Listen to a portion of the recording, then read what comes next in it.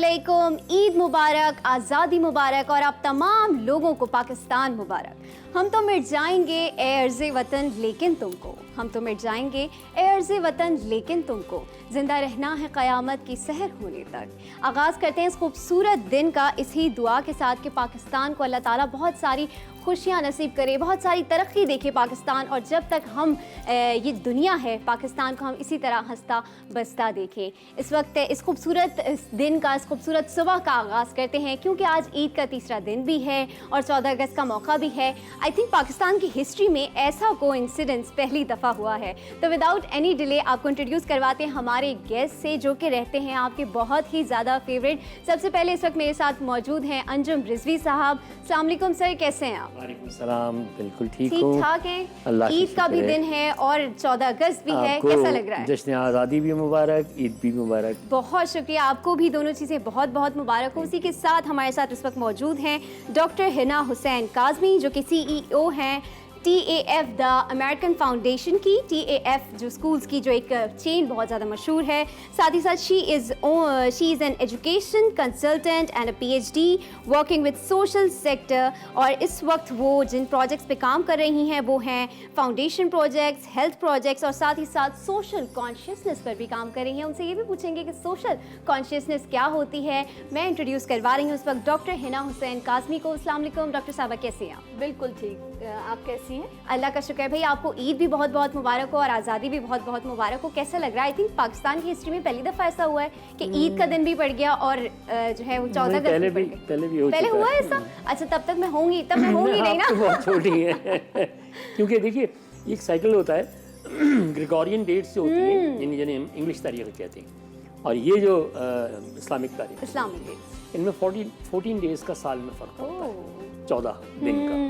तो लिहाजा वो एक सर्कल लेता है अपना, और वो उसके बाद रिपीटेशन हर 8 या 10 साल बाद जो है रिपीटेशन। हाँ जी, हो जाता है। सर इस वक्त बात हो रही है क्योंकि आज 14 अगस्त का दिन है। काफ़ी सारे लोग, इनफैक्ट बच्चे जो यंग हैं इस वक्त, उन्हें नहीं पता कि क्या चीज़ें हुई, कितनी कुर्बानियाँ दी गई, क्या डिसीजंस लिए गए, किस तरह से पाकिस्तान को बड़ी मुश्किलों से आज़ाद करवाया गया। इट वाज नॉट इजी, और सिर्फ पाकिस्तान को आज़ाद नहीं करवाया गया, फिर सकूत ढाका भी हमने देखा। तो आज थोड़ी हिस्ट्री पे बात कर ली जाए ताकि जो देखने वाले लोग हैं जिन्हें शायद पता नहीं है कि पाकिस्तान में कितनी ज़्यादा कुर्बानियाँ देकर इस पाकिस्तान को हासिल किया गया है। सर प्लीज़ आपसे शुरू करेंगे। 1947। हाँ, 47 क्या, बल्कि ये तो तहरीक उससे भी बहुत पहले की है। देखिए, एक तो ये कि पाकिस्तान आज़ाद नहीं हुआ था, पाकिस्तान बनाया था। ये दुनिया के नक्शे पे एक नया मुल्क था। ये एक बिल्कुल नया मुल्क था। ये बैलून्स हैं, ये फटते रहेंगे, आप इसमें बिल्कुल फिक्र नहीं कीजिए, क्योंकि बहरहाल ये हैं, बैलून है, और ये जैसे बच्चे तो इसको एंजॉय करते हैं, तो हम थोड़ी देर के लिए बच्चा बन जाते हैं। बिल्कुल ऐसे है। तो ये एक मुल्क, स्टैनले वुलपर्ट एक बहुत बड़ा हिस्टोरियन है, ऑटोबायोग्राफी राइटर है, जिसने कि कायद-ए-आज़म के ऊपर किताब लिखी है, जिना ऑफ पाकिस्तान। जिना ऑफ पाकिस्तान। उसमें उसने ये सबसे बड़ा ट्रिब्यूट दिया। उसने कहा मैंने इतने लोगों की लाइफ हिस्ट्री लिखी है और इतने लोगों की बायोग्राफी लिखी है, लेकिन ये पहले शख्सियत है कि जिसने किसी मुल्क का रिफॉर्म नहीं, क्योंकि रिफॉर्मर्स के ऊपर हम लिखते हैं, बड़े लीडर्स पे लिखते हैं, तो वो क्या करते हैं, एक मुल्क है उनका बहुत ख़राब हालत में बहुत अच्छी हालत में कर दिया। महातीर मोहम्मद ने जैसे मलेशिया को काया उसकी पलट के रख दी। वही मलेशिया जो पहले बहुत ही ज़्यादा डाउन ट्रॉडन था, अब देखिए तो जदीद तरक्याती दौर में शामिल हो गया। लेकिन उन्होंने कहा ये वाहिद लीडर है जिसने दुनिया के नक्शे में एक नया मुल्क बनाया, एक नए मुल्क का इजाफा किया। ये आसान काम नहीं। और ये आज़ादी की जद्दोजहद, जैसे मैंने आपसे अर्ज़ किया था कि ये अगर आप वैसे देखें हिस्टोरिकली तो 1757 टीपू सुल्तान से शुरू होती है, जब एक रेजिस्टेंस शुरू हुई थी काबिज़ीन के ख़िलाफ़, यानी अंग्रेज़ के ख़िलाफ़। फिर 1857 में हुई जब मुग़ल एम्पायर को बिल्कुल ख़त्म कर दिया था। उससे पहले ईस्ट इंडिया कंपनी की हुकूमत थी, और जब बहादुर शाह ज़फ़र को रंगून में ले गए और शिकस्त दे दी, जिसमें हमारे अपनों की गद्दारी शामिल थी। और जो इस प्रोग्राम को देख रहे हैं मेरे एज ग्रुप के लोग, वो यकीनन वाकिफ़ होंगे। मैं इस वक्त नाम नहीं लेना चाहता क्योंकि इस वक्त हम ज़रा खुशी के मौके पे हैं कि वो लोग जो आज हमारे यहाँ बढ़ चढ़ के लीडर बने हुए हैं, उनके बुज़ुर्गों ने इन्हीं मुसलमानों से गद्दारी की थी, अंग्रेज़ों के साथ मिल गए थे, और मुखबरियाँ की थी और गाजर मूली की तरह हमारे मुसलमान मुजाहिदीन को काटा था, जो कि आज़ादी की जंग लड़ रहे थे 1857 की, जिसको अंग्रेज़ म्यूटनी या गदर कहता है, हम उसे आज़ादी की जंग कहते हैं। उसके बाद फिर ये सब शुरू हुआ। 1906 में ढाका में मुस्लिम लीग बनी, क्योंकि कांग्रेस बन चुकी थी, उसमें नवाब सर सलीमुल्लाह खान और ये सब शामिल थे, और ये एक तहरीक थी जो मुस्लिम लीग थी। और बेसिकली ये मुसलमानों के लिए, असल में मुसलमान चूँकि 1000 साल पहले फ़ातह के तौर पे बर्र सग़ीर में आए थे, बिल्कुल, और उन्होंने मुख्तलिफ़ डायनेस्टीज़ ने हुकूमत की थी। लोधी भी आए, खिलजी भी आए, है ना, सारे स्लेव डायनेस्टी भी आई, फिर मुग़ल्स आए। तो ये एक पूरी एक मुसलमानों की हुकूमत थी। अब 1000 साल बाद अंग्रेज़ ने जब ये ख़त्म किया, और अब अगर अंग्रेज़ से हम आज़ादी ले रहे थे, जो कायदे आज़म ने एक जद्दोजहद और निगोसिएशंस के साथ किया, पूरा तहरीक चलाई, तो अब ये सवाल पैदा हो रहा था कि अब ये जो 1000 साल की हिंदू की सप्रेशन है, ये जब प्रेशर कुकर का ढक्कन खुलेगा तो बहुत कुछ हो सकता है। और कायदे आज़म उसको देख, इसीलिए उन्होंने कहा था कि एक तो ये कि क्विट इंडिया मूवमेंट और ये सब अंग्रेज़ से आज़ादी का, सेकेंड वर्ल्ड वॉर के बाद खुसूसन ये तहरीक ज़्यादा ज़ोर पकड़ गई थी, अंग्रेज़ भी ज़रा कमज़ोर हो गया था, और यही वो वक्त था। और हमें असल में बदकिस्मती ये है कि 150 साल में कोई इफेक्टिव लीडरशिप नहीं मिली थी। हमारे पास कई मौके ऐसे आए थे कि हम अंग्रेज़ से निजात हासिल कर सकते थे, लेकिन इफेक्टिव लीडरशिप नहीं थी। तावक्त ये कि कायद-ए-आज़म मोहम्मद अली जिन्ना की सूरत में हमारे पास एक लीडर आया, और कायद-ए-आज़म भी पहले कांग्रेस में थे, और कायद-ए-आज़म को ambassador of Hindu Muslim unity कहा जाता था, क्योंकि उन्होंने ये सोचा था कि भाई ये बड़े सगीर है, इसमें अगर सब मिलजुल के रहते हैं तो एक बहुत बड़ी ताकत होंगी। लेकिन उस वक्त गांधी वगैरह ने कांग्रेस में मज़हब का के बुनियाद पे सियासत शुरू कर दी थी, जबकि कायद-ए-आज़म जो थे वो कौमियत की बुनियाद पे कर रहे थे। बिल्कुल। जब उन्होंने ये देखा कि यहाँ ये सब, पहले तो वो बदल होके चले गए इंग्लैंड के, उन्होंने कहा ठीक है, इंग्लैंड में अपनी बैरिस्ट्री और ये सब करने लगे। तावक्त है कि अल्लामा इकबाल ने उन्हें दोबारा से इंग्लैंड जाके कन्विंस किया कि जनाब लीडरशिप की ज़रूरत है, वहाँ हम लीडरशिप नहीं है हमारे पास। तो ये क्रेडिट अल्लामा इकबाल को जाता है कि उन्होंने कायद-ए-आज़म मोहम्मद अली जिन्ना को कन्विंस किया कि आप वापस आइए और मुसलमानों की लीडरशिप लीजिए। फिर कायद-ए-आज़म वापस आए, तो फिर ये मुस्लिम लीग, क्योंकि उन्होंने ये कहा कि अब अगर ये कांग्रेस ये कर रही है तो फिर हमें अपनी मुस्लिम सियासत, क्योंकि टू नेशन थियरी एग्जिस्ट कर रही है। सर सैयद अहमद खान अलीगढ़ जब बनाया था two nation theory, sir Syed Ahmed Khan जो है वो उस वक्त साबित कर चुके थे कि बर्रे सगीर में दो कुव्वतें हैं। थ्योरी की जब बात आई है तो डॉक्टर हिना से मैं ये पूछना चाहूँगी कि टू नेशन थ्योरी जब सामने आई, यानी कि दो कौमी नज़रिया जब सामने आया कि भाई ये दो कौमें हैं और ये एक साथ नहीं रह सकती, इनके कस्टम्स, इनके ट्रेडिशंस, इनका कल्चर, इनके खाने पहनना ओढ़ना सब कुछ डिफरेंट है, तो इस खबर का, जाहिर है खबर पूरी दुनिया में फैल जाती है, तो इंटरनेशनल इम्पैक्ट क्या पड़ा? Thank you very much. एक थोड़ी सी तस्वीर कर दूं, मेरा ताल्लुक टैफ फाउंडेशन से है। जी। और हम लोग जो काम कर रहे हैं वो हेल्थ, एजुकेशन और सोशल कॉन्शियसनेस पे। ओके। इसी हवाले से मैं बताऊं कि जो टू नेशन थ्योरी की आपने बात की ना, इसमें आइडेंटिटी की बात है, दो कौमें, दो आइडेंटिटीज़। अब आइडेंटिटी कहाँ से आती है ना? आइडेंटिटी आती है कल्चर से, ज़बान से, और इनको जो इन्फ्लुएंस करती है वो करती है तालीम। मेरा जो ताल्लुक़ है वैसे तालीम के शोबे से, तो मैं आपको बताऊं कि जो शुरू की बात हो रही है, जिस वक्त जो अंजुम साहब कह रहे थे कि जिस वक्त ये सारी चीज़ें हो रही थी, उस वक्त अंग्रेज़ ने एक जो उसको कहें कि स्मार्टनेस दिखाई, वो ये थी कि हमारे तालीमी निज़ाम के ऊपर उन्होंने अपना ग्रिप कंट्रोल कर लिया। और उस ग्रिप से ये हुआ कि वो जो अपने लिए कौम बनाना चाहते थे वही उन्होंने तालीमी निज़ाम में भी डाल दिया। और हमारी बदकिस्मती ये रही कि हम आज तक उसी तालीमी निज़ाम को लेके चलते रहे अभी तक। और इसीलिए किसी ज़माने में हमारे पड़ोसी मुल्क और वहाँ से ये आवाज़ें आती थी कि अगर जंग होगी तो फिर अब सकाफ़ती जंग होगी। और ये जो दो कौमी नज़रिया था ना, इसको बेसिकली बेसिस बनना था इसी तालीमी निज़ाम का। तो जब हमने अपने कौम की एक आइडेंटिटी ले ली थी, तो वहाँ से हमें शायद ये ग्रूमिंग और ये थोड़ी सी जिस लीडरशिप की कमी की बात की है, उसकी यहाँ पर भी हमें मसाइल रहे।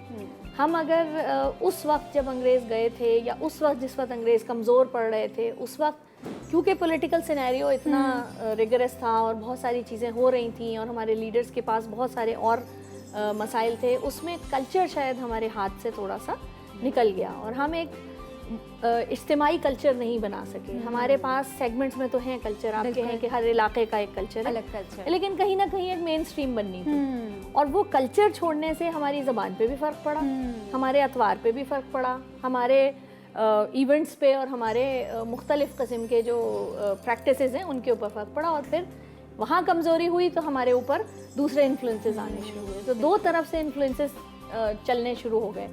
एक हमारे पास हमारे रीजन से आ रहा था, इर्द गिर्द से आ रहा था, और एक हमारे पास वेस्ट का, यूरोप एंड अमेरिका का कल्चर एंड वहाँ की जो इन्फ्लुएंस था। मेरा ये ख्याल है कि जहाँ की बात आपने हिंट की है कि जिस वक्त एक ये नज़रिया सामने आ गया था, उस नज़रिए को लेके आज तक की हमारे जो प्रैक्टिसेस हैं कल्चर की, ज़बान की, तालीम की, इसको आज तक हमें मजबूती से पकड़ना चाहिए। बिल्कुल। और यही शायद हमारा वो मिसिंग लिंक है या गैप है जिसको के ये इतनी अच्छी इन्होंने बात की है। मैं सिर्फ इनकी बात को और आगे बढ़ाने के लिए बैकग्राउंड में ये बता दूं कि जब अंग्रेज़ बरतानिया से यहाँ आया और ईस्ट इंडिया कंपनी, फिर 1857 फिर जनाब उसने अपनी हुकूमत कायम कर ली, तो अब उन्होंने अपने एक बहुत बड़े दानिश्वर को बुलाया, लॉर्ड मैकाले को, जो कि यही सोशल कॉन्शियसनेस और एजुकेशन उनका सब्जेक्ट था। बड़ा पढ़ा लिखा आदमी था। उसने जनाब अली कोई 3 या 4 साल हिंदुस्तान में गुजारे और बहुत अच्छी तरह ऑब्ज़र्व किया। उसके बाद उसने एक डॉक्यूमेंट बनाया। वो डॉक्यूमेंट जो है, अगर आप देखने वाले भी अगर नेट पे, अगर वो इंटरनेट पे तलाश करना चाहें तो लॉर्ड मैकाले पार्लियामेंट स्पीच फरवरी 1843 लिखते हैं। 1843 फरवरी 1843 वो तकरीर का वो हिस्सा आ जाएगा, जो ख़ास हिस्सा जिसको मैं बात करने वाला हूँ। लॉर्ड मैकाले ने ये कहा कि मैं 3-3.5 साल इंडिया के तूलो अर्ज़ में घूमा। ये एक मल्टी कल्चरल, मल्टी रिलीजियस है ना, मल्टी एथनिक सोसाइटी है। मगर जितने सेगमेंट्स यहाँ हिंदू, मुस्लिम, सिख जो भी रह रहे हैं, वो अपनी अपनी सकाफत और ज़बान लिए हुए हैं और उन पर ये फ़ख्र करते हैं, उन पर प्राइड लेते हैं और इनके पास अपने अपने सेगमेंट्स का इल्म बहुत है। तो जो ये कौमें होती हैं तो इनको फतह करना या इन पर हुकूमत करना दुनिया का मुश्किल तरीन काम होता है। बिल्कुल। लिहाजा ज़रूरत इस अमर की है कि हम सबसे पहले इनका एजुकेशन सिस्टम बदल दें। बिल्कुल। उसके लिए हम एक गवर्नमेंट स्कूल्स का एक जाल बिछाएंगे।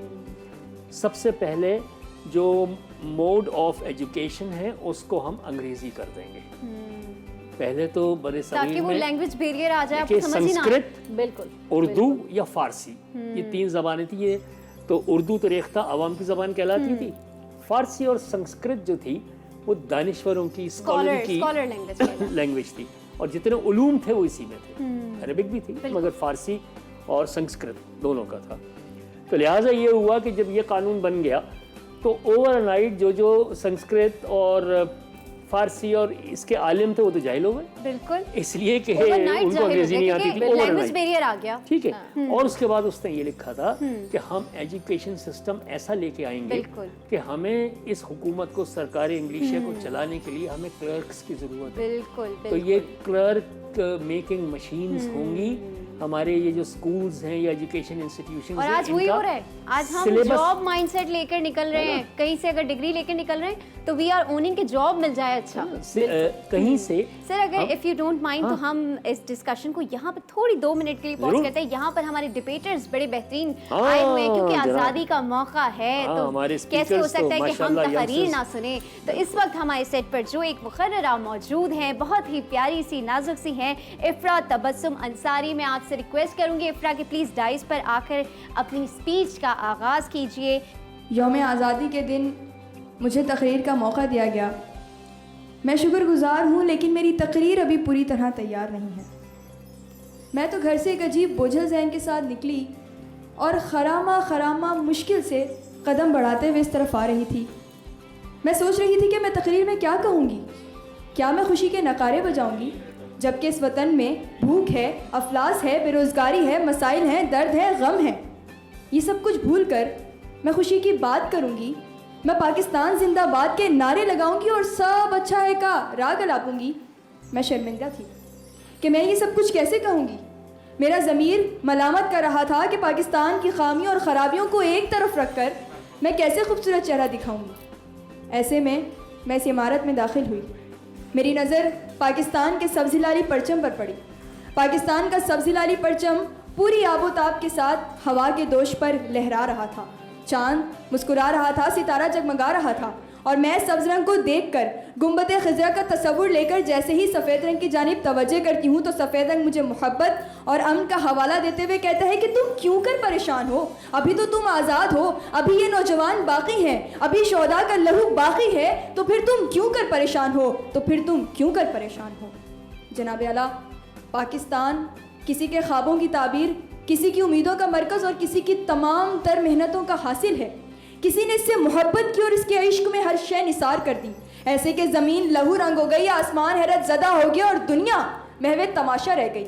इस वतन पे मर मिटने वालों की अदाएँ बड़ी ही दिल फरेब थीं, बड़ी ही अजीब थीं।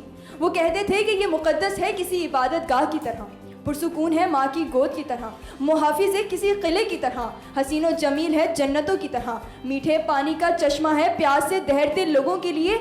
ये निराले लोग इससे बड़े वफादार निकले। इन्होंने इसे हासिल करने के लिए हकीकतन अपना सब कुछ बेच डाला। ए वतन, तूने पुकारा तो लहू खोल उठा, तेरे बेटे तेरे जांबाज चले आते हैं, तेरी बुनियाद में है लाखों शहीदों का लहू। हम तुझे गंज दो आलम से गिरा पाते हैं, हम तुझे गंज दो आलम से गिरा पाते हैं। जनाब आला, कहने वालों ने तो ये तक कहा कि भारत की फ़ौज पाकिस्तान की फ़ौज से कई गुना ज़्यादा है, कोई मुकाबला ही नहीं। सुनने वालों ने तहम्मुल से सुना और मुस्कुरा कर जवाब दिया, जानते हो पाकिस्तान की आवाम कितनी है? ये तमाम की तमाम हमारी फ़ौज ही तो है। इस कौम को फ़ौजी बनने के लिए बाकायदा फ़ौज में भर्ती नहीं होना पड़ता। इस धरती के हर जन्म लेने वाले को इसकी मट्टी की हिफाजत की खातिर मरना भी आता है और मारना भी आता है। हम मुजाहिद हैं, हम मैदान जंग में कामयाब हो तो गाजी, जान दे तो शहीद हैं। हम उस कौम के अफराद हैं जिसका हर अमल तारीख़ के चेहरे का गाज़ा रहा है। हमने हमेशा वक्त की संगीनियों से टक्कर ली है और नामुवाफिक हालात हमारी काविशों को उड़ान अता करते रहे हैं। तो बस मेरे वतन के उदास लोगों, ना खुद को इतना हकीर समझो कि कोई तुमसे हिसाब मांगे, ना खुद को इतना कलील समझो कि कोई उठकर कहे ये तुमसे वफाएं अपनी हमें लौटा दो, वतन ये अपना हमें थमा दो। उठो और उठकर बता दो उनको कि हम हैं अहले ईमान सारे, ना हम में कोई सनम कदा है, हमारे दिल में बस ये खुदा है। झुके सरों को उठा कर देखो, कदम को आगे बढ़ा कर देखो, है एक ताकत तुम्हारे सर पर, कदम कदम पर जो साथ देगी, अगर गिरे तो संभाल लेगी। मेरे वतन के उदास लोगों, उठो चलो और वतन संभालो। बहुत शुक्रिया। बहुत ज़बरदस्त भाई, बहुत ही ज़बरदस्त स्पीच थी, बहुत ज़बरदस्त। इफ्रा, आपकी स्पीच वाकई में काबिल दाद थी। वक्त हुआ एक छोटे से ब्रेक का, बस छोटे से ब्रेक से वापस आते हैं तो यहीं से कंटिन्यू करते हैं। देखते रहिए GTV।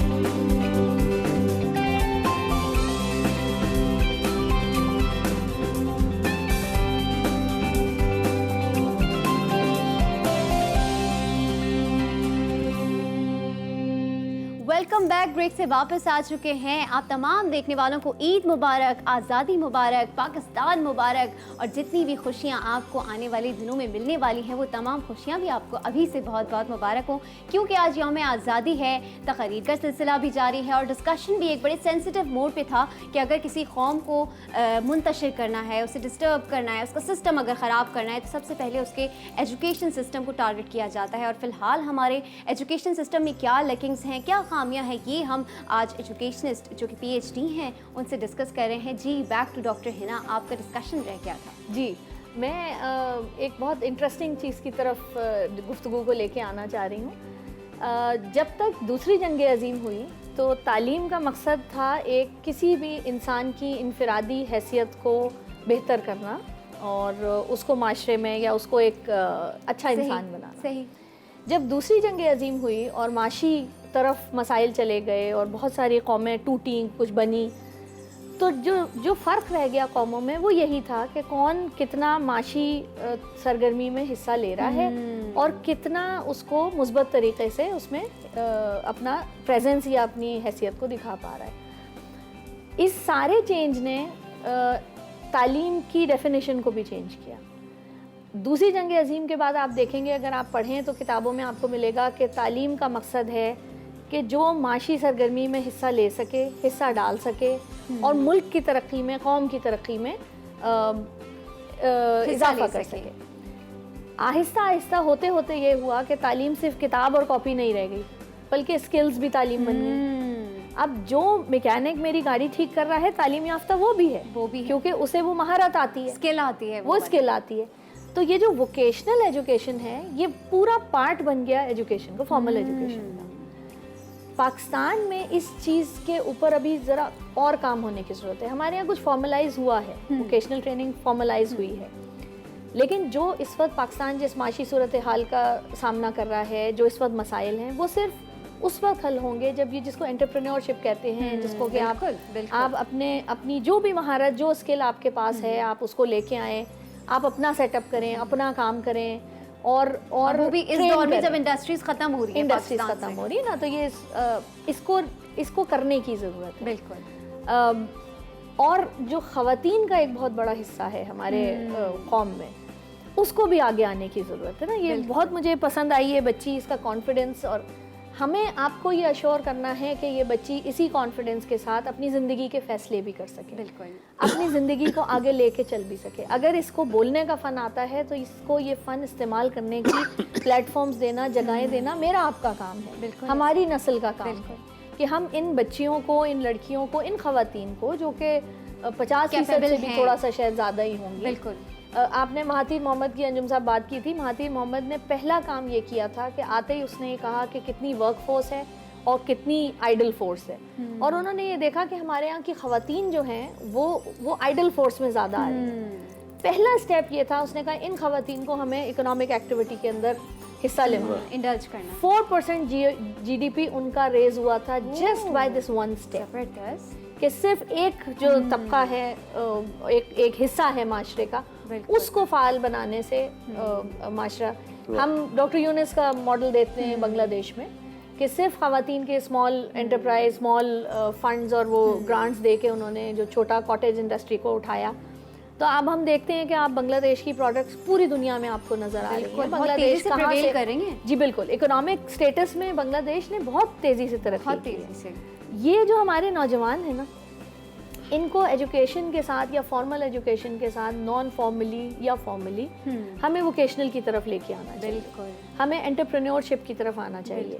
पाकिस्तान को अगर आज माशी इस मसाइल से कोई निकाल सकता है तो हमारे पास नौजवान सबसे बड़ा तबका है। जब नौजवानों की बात हुई ही है तो एक नौजवान को यहाँ पर, क्योंकि वो फीमेल भी हैं, डॉक्टर भी बन रही हैं और साथ ही साथ फ़ने खिताबत से भी उनको बड़ा लगाव है। इस वक्त मैं बात कर रही हूँ डॉक्टर फ़िज़ा क़मर की। डॉक्टर फ़िज़ा क़मर, मैं आपसे रिक्वेस्ट करूँगी कि प्लीज़ डेस्क पे आएँ और अपनी तकरीर का आगाज़ करें। जी, फ़िज़ा बढ़ रही हैं डेस्क की तरफ। फ़िज़ा प्लीज़ आएँ और अपनी तकरीर का आगाज़ करें।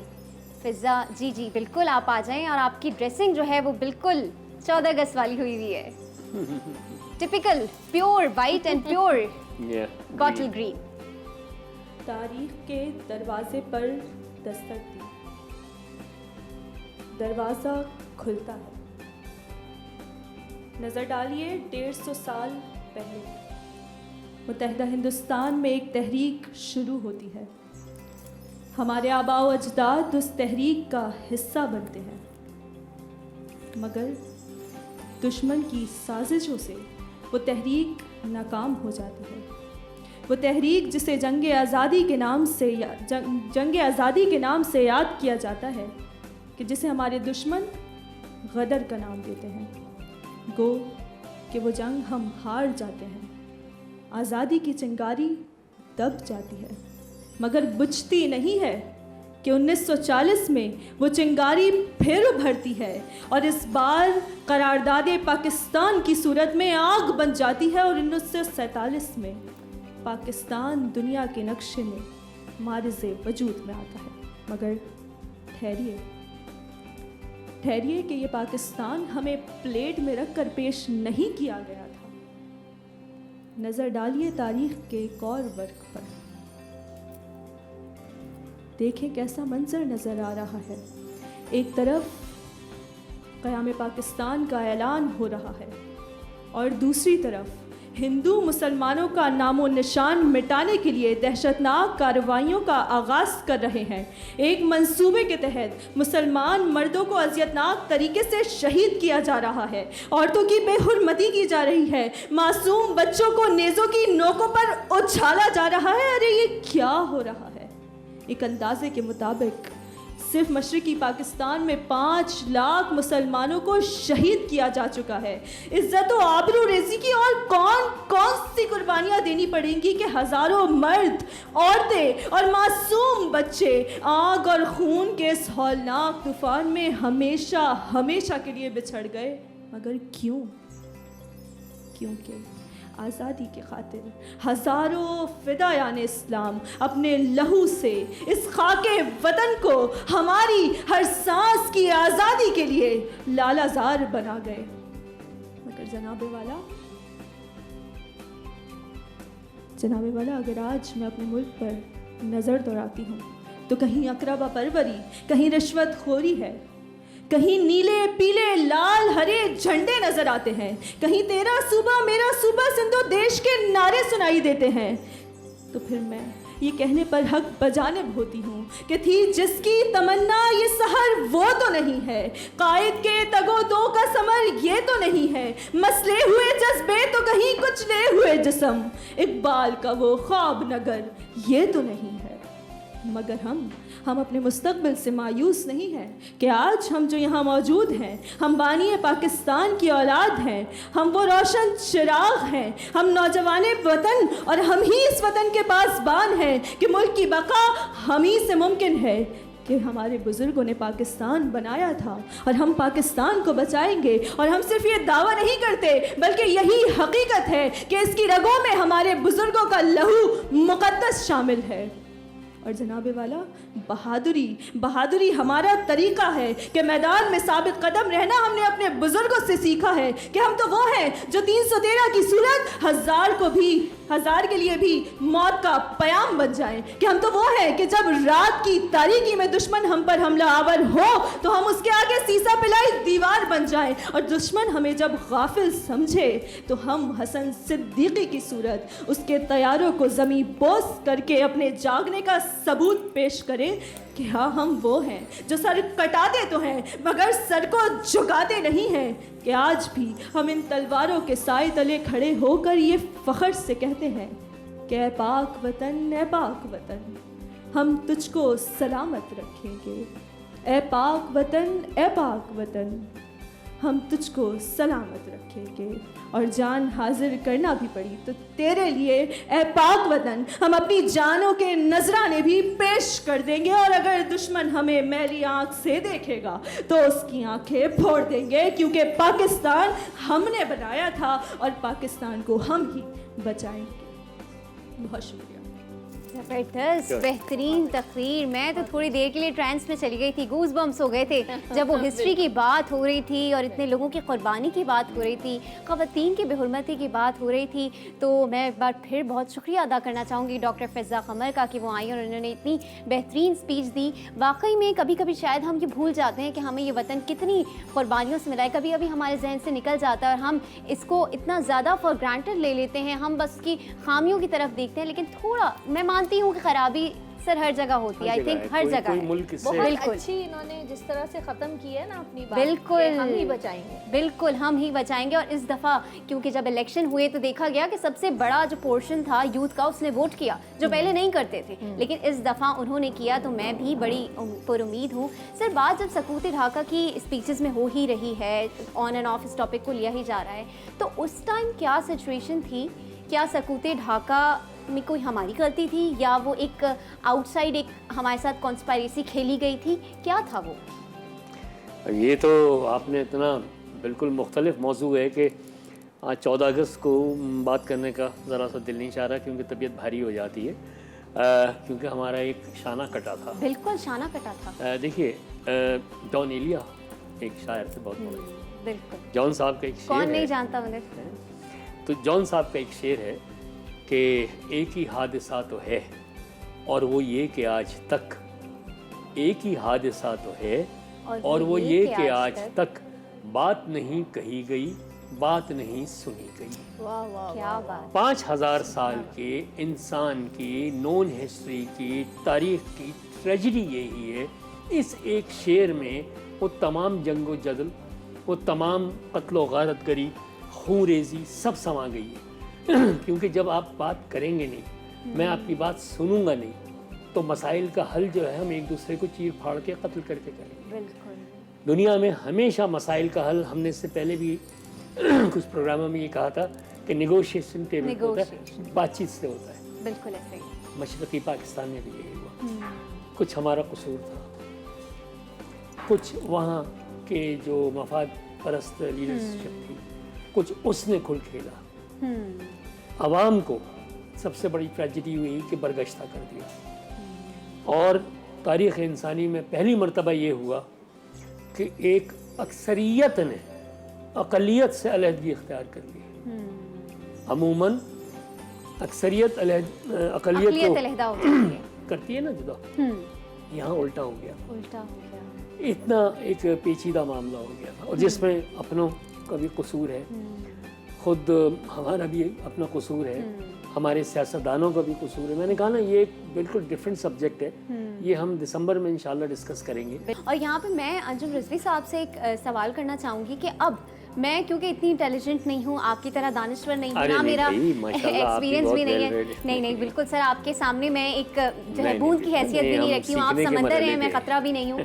तो सर मैं अपनी समझ के मुताबिक अब जो देख रही हूँ वो ये देख रही हूँ कि अब अगर दुनिया में कोई भी जंग होती है तो वो तलवारों की और वेपन्स की जंग ही नहीं है, जी वो स्किल्स की जंग है, वो डिप्लोमेसी की जंग है। बिल्कुल, जो आने वाले हैं मौसम उन्हें शुमार में रख, जो दिन गुजर गए उन्हें गिना नहीं करते। क्या बात है। जो हो गया दरवाज़ा बंद कर दो, बंद जैसे कर आपने दें। कहा। लेकिन अब हमें आगे देखना है, अब हमें तालीम में देखना है, हमें स्कॉलरी में देखना है। क्या वजह है कि हम स्कॉलर्स इतने पैदा नहीं कर पा रहे? लिटरेचर में देखना है, हमारे यहाँ बहुत लिटरेचर बड़ा में गैप देखना आ है, गया है। हमारे यहाँ Poets शायरी नहीं नहीं हो है। रही है, हमारे यहाँ एक तातुल हो गया है, हमारे यहाँ नस्र नहीं, हमारे यहाँ अफसाना अच्छा नहीं लिखा जा रहा, लिखा जा रहा है। बिल्कुल। नॉवल कोई बड़ा नहीं आया पिछले 70 साल से।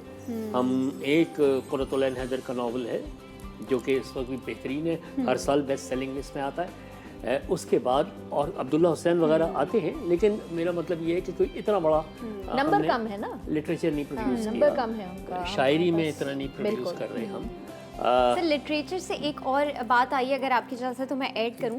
अगर हम पीछे पलट कर देखते हैं, जब मुसलमानों की 100 साल की हुकूमत रही है, तो वेपन्स की, तो अगर अभी मैं बात कर रही हूँ कि आने वाले दिनों में वेपन्स की जंग नहीं है, आने वाले दिनों में जो है वो तलवार की जंग नहीं है, लेकिन अगर पीछे पलट कर देखा जाए तो तब भी हमें हमारे लिटरेचर से दूर करके मुंतशिर किया गया।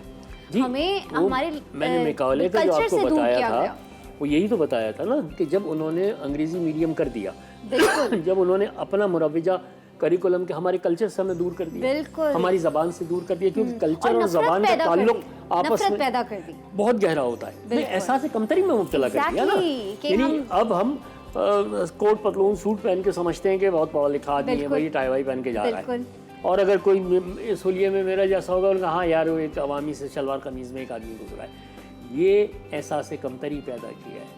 ये मैंने हाइड पार्क लंदन में संडे को सुबह स्पीकर्स गैलरी होती है, ये मैं बात कर रहा हूँ 84-85 की, मैं वहाँ पे था और एज यूजुअल अच्छा वहाँ ये होता है कि हर कोई अपने दिल की बात कह सकता है, कोई कानून लागू नहीं होता है, सिर्फ आप फ्रीडम ऑफ स्पीच, मलका को आप गाली नहीं दे सकते। सही। और वो भी उनका बहुत एक जहानत भरा वो होता है, क्योंकि देखिए आप जब किसी माशरे में रह रहे हैं, कहीं काम कर रहे हैं, तो रिजेंटमेंट्स आती हैं, ग्रजेस आती हैं, बिल्कुल। तो आप एक दिन जाके उसको खाली कर आते हैं, बोल आते हैं, अपना बोझ निकाल आते हैं, तो फिर आपका पूरा हफ्ता इत्मीनान से गुजरता है कि मैंने अपनी बात करी। तो वहाँ पे मैं खड़ा होके बेंच पे और कॉलोनियलिज्म के ख़िलाफ़ स्पीच कर रहा था, ठीक, उसमें हमारे मशहूर दानिशवर तारिक अली और ये सब भी थे, हम सब साथ गए थे। तो एक अंग्रेज़ ने एतराज़ किया, उसने जब तकरीर में ये कहा कि हमने तो बर सग़ीर में रेल की पटरी बिछा दी, नहरों का जाल बिछा दिया, सरकार इंग्लिशिया ने यानी जो सब किया, आपको तालीम की तरफ लाए, फ़लाँ लाए, ये लाए, वो लाए, सब उसने जब गिना दिए। तो मैंने ये कहा था कि भाई एक मगर चीज़ तुमने हमसे ले ली, इन सारी मेहरबानियों के अवज़ तुमने हमारी आइडेंटिटी ले ली। आज मैं तुम्हारे कपड़े पहने यहाँ खड़ा हुआ हूँ, मैं अपने कपड़े पहनते हुए शर्मा रहा हूँ। क्या बात है। और किसी भी इंसान की आइडेंटिटी लेना जो होता है वो समझ लिए कि आपने उसे मार दिया। यहाँ पर एक और तकरीर को, क्योंकि लिटरेचर जी, की बात हो बिल्कुल, रही है, उर्दू की बात हो रही है, तो एक और मुखर्रिर को मैं यहाँ पर दावत देना चाहूँगी। ऐसा है मेरा पाकिस्तान, इनका टॉपिक है। मैं दावत देना चाहूँगी अवेद रज़ा को कि वो प्लीज़ डेज़ पे आएँ और अपनी तकरीर का आगाज़ करें। अवेद यहाँ पर पहुँच रहे हैं। जी अवेद। पाकिस्तान, इस्लामी जमहूरिया पाकिस्तान, मेरा, आपका, हम सब का पाकिस्तान, इकबाल का ख्वाब पाकिस्तान, जिन्ह की मेहनत पाकिस्तान, लियाकत अली खान की जुर्रत पाकिस्तान, लाखों माओं की कुर्बानियां पाकिस्तान, जवानों के खून से रंग लाने वाली ये मेहनत आज अमल में आई थी। आज पाकिस्तान आजाद हुआ था। सदर अली वकार मैं जानता हूं बहुत बदहाली है, मगर ईमान है ना, तकदीर तो बदलने वाली है। आइए मैं आपको उस जिंदान में लेके चलूं जहां सिपाही मकबूल हुसैन की जबान को तेजदार आले से काटा जाता और उससे बोला जाता है कि बोल पाकिस्तान मुर्दाबाद, बोल पाकिस्तान मुर्दाबाद। मगर जनाबे वाला वो अपनी लरसती हुई जबान से भी क्या उठता है, पाकिस्तान जिंदाबाद, और इस बात की दलील देता है कि हाँ हम हैं पाकिस्तानी, ऐसा है मेरा पाकिस्तान। और सदर अली वकार जहां हम सब फिरका वारियत में कहीं ना कहीं बटे हुए हो, वहां कोई जफर अब्बास और जेटीसी इत्तेहाद बैनुल मज़ाहिब का दर्ज दे और सबसे बड़ी सैर अफ्तार पाकिस्तान की करवाए, तो ऐसा है मेरा पाकिस्तान। और जहां की सियासतदान सबका सब कुछ लूट खा जाने पर मबनी हो, वहां कोई अब्दुल सत्तार ईदी, अंसार बर्नी, आसिफ चीपा, जफर अब्बास और ये सारे लोग मुल्क के लिए अपना सब कुछ लुटा दें, तो ऐसा है मेरा पाकिस्तान। और जहां बुजुर्गों को ये शिकवा हो कि नौजवान गलत कामों में मुलविस है, वहां कोई अवैस रब्बानी और जिना के सिपाही जिना का पाकिस्तान बनाने का अज़म करे, तो ऐसा है मेरा पाकिस्तान। और सदर अली वकार, आओ बताता हूं तुम्हें क्या शय है पाकिस्तान, नशा है, मुल्क है, मस्ती है, मैं है पाकिस्तान। और सदर अली वकार, हम हैं जो रेशमो तरखाब से नाजुक तर हैं, हम हैं जो आहनो फौलाद से टकराते हैं, हम हैं जो गैरते नामूस पे कट सकते हैं, हम हैं जो अपनी शराफत की कसम खाते हैं, हमने रोंदा है बयाबानों को, सहराओं को, हम जो बढ़ते हैं तो बढ़ते ही चले जाते हैं। ए वतन तूने पुकारा तो लहू खोल उठा, तेरे बेटे तेरे जाबाज चले आते हैं। आपकी समातों का बहुत बहुत शुक्रिया। बहुत शुक्रिया आपका वेद, एक बहुत ही खूबसूरत स्पीच थी आपका, बहुत शुक्रिया कि आप आए। और जब सिपाही मकबूल हुसैन की इन्होंने बात की है, तो वो सिपाही थे सर जिन्होंने, उनकी ज़बान जब काट दी गई थी उसमें से लहू टपक रहा था, बोल तो सकते नहीं थे, उस लहू से उन्होंने जिंदान की दीवार पे लिखा पाकिस्तान जिंदाबाद, और उन्होंने उर्दू में लिखा था, तो उनके सिपाही उस पर भी टॉर्चर करे थे कि तुमने क्या लिखा, तो उन्होंने कहा मैंने लिखा है पाकिस्तान जिंदाबाद। और इसी के साथ वक्त एक छोटे से ब्रेक का, कहीं मत जाइएगा, आपको आज़ादी बहुत बहुत मुबारक।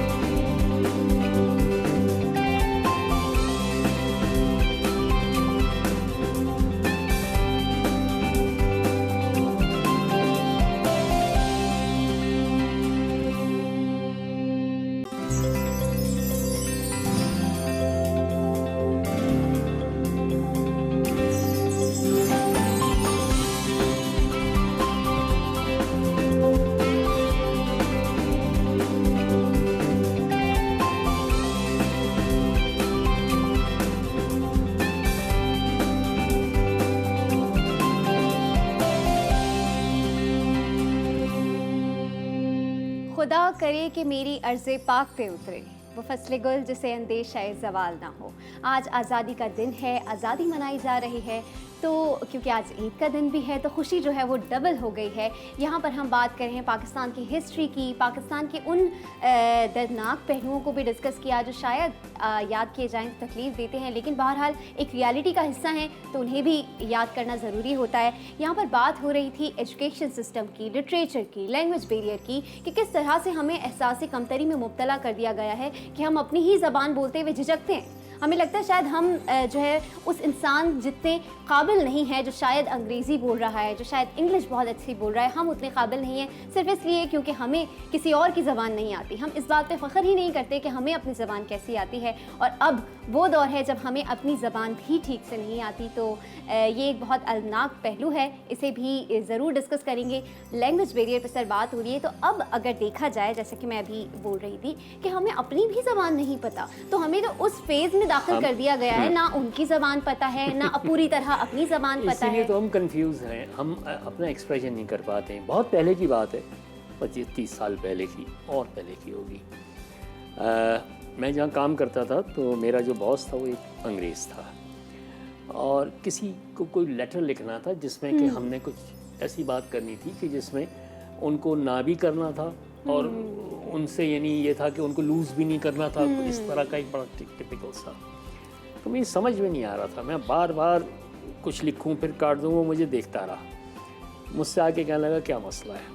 मैंने कहा मसला ये है कि मैं अगर बहुत खरा लिखता हूँ तो ये तो हाथ से लूज़ कर जाएंगे इंसाफ को, और अगर बिल्कुल अपॉलोजेटिक होता हूँ तो ऐसा लगता है सारी गलती हमारी है।